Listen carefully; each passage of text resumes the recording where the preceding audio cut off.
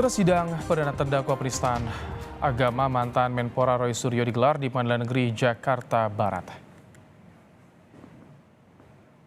Sidang perdana mengagendakan pembacaan dakwaan dari Jaksa Penuntut Umum. Roy Suryo dihadirkan secara daring. Jaksa Penuntut Umum mendakwa Roy Suryo dengan tiga pasal berlapis terkait pelanggaran Undang-Undang ITE dan KUHP mengenai penodaan agama.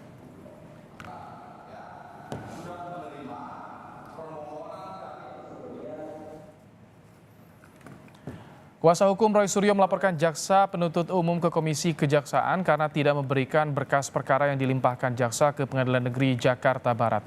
Kuasa hukum menilai dakwaan terhadap Roy Suryo bermasalah karena mereka tidak menerima berkas perkara.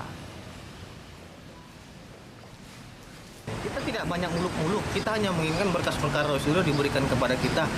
Apa yang mereka takutkan kalau memang tidak ada yang bermasalah di situ dalam penuntutannya, berarti penuntutan terhadap Roy Suryo ini bermasalah, itu aja, gitu loh. Baik dari tim saya maupun dari ketua tim telah bersurat, telah secara lisan juga, tapi hasilnya nggak ada. 22 Juli lalu, polisi menetapkan Roy Suryo sebagai tersangka penistaan agama dengan sangkaan pelanggaran Undang-Undang Informasi dan Transaksi Elektronik. Roy ditetapkan tersangka karena menyebarkan meme stupa Candi Borobudur yang menyerupai wajah Presiden Jokowi. Roy ditahan di Rutan Salemba, Jakarta Pusat hingga sidang perdana hari ini. Lebih lengkap kita bergabung dengan jurnalis Kompas TV, ada Putri Oktaviani di Pengadilan Negeri Jakarta Barat. Selamat petang Putri, bagaimana jalannya sidang perdana Roy Suryo? Bagaimana dakwaan jaksa?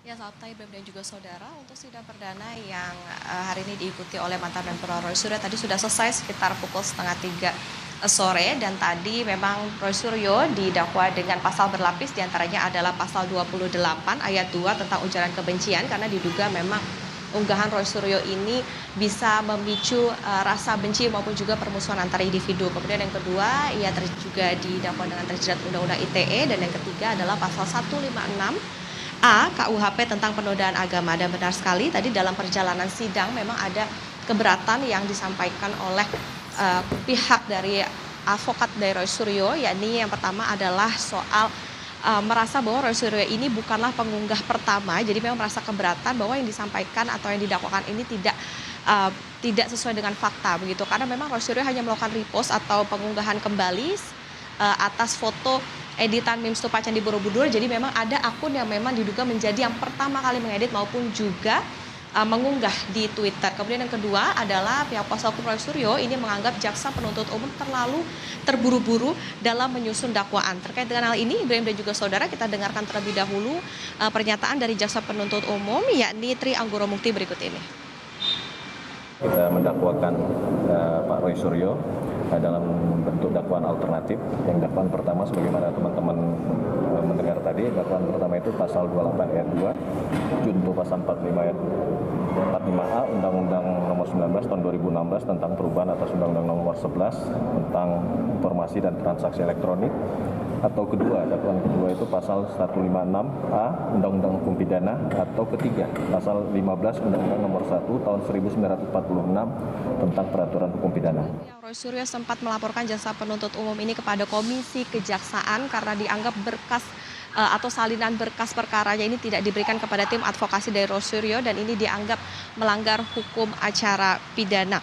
Dan Roy Suryo ini, Ibrahim dan juga saudara, ditetapkan sebagai tersangka penistaan agama pada tanggal 22 Juli lalu, di mana Roy Suryo ini sempat mengunggah sentilan meme stupa Candi Borobudur yang diedit sedemikian rupa menyerupai Presiden Joko Widodo, yang ia akui ini sebagai respon atas naiknya harga tiket Candi Borobudur pada tanggal 10 Juni lalu unggahannya. Dan ini kemudian ramai, sempat Roy Suryo juga meminta maaf dan kemudian menghapus postingan tersebut. Namun ini tidak serta-merta menyelesaikan perkara, namun ada dua pihak yang melaporkan Roy Suryo, yakni ada Kurniawan Santoso dan juga Kevin Wu, yang akhirnya proses hukumnya saat ini harus dijalani oleh Roy Suryo.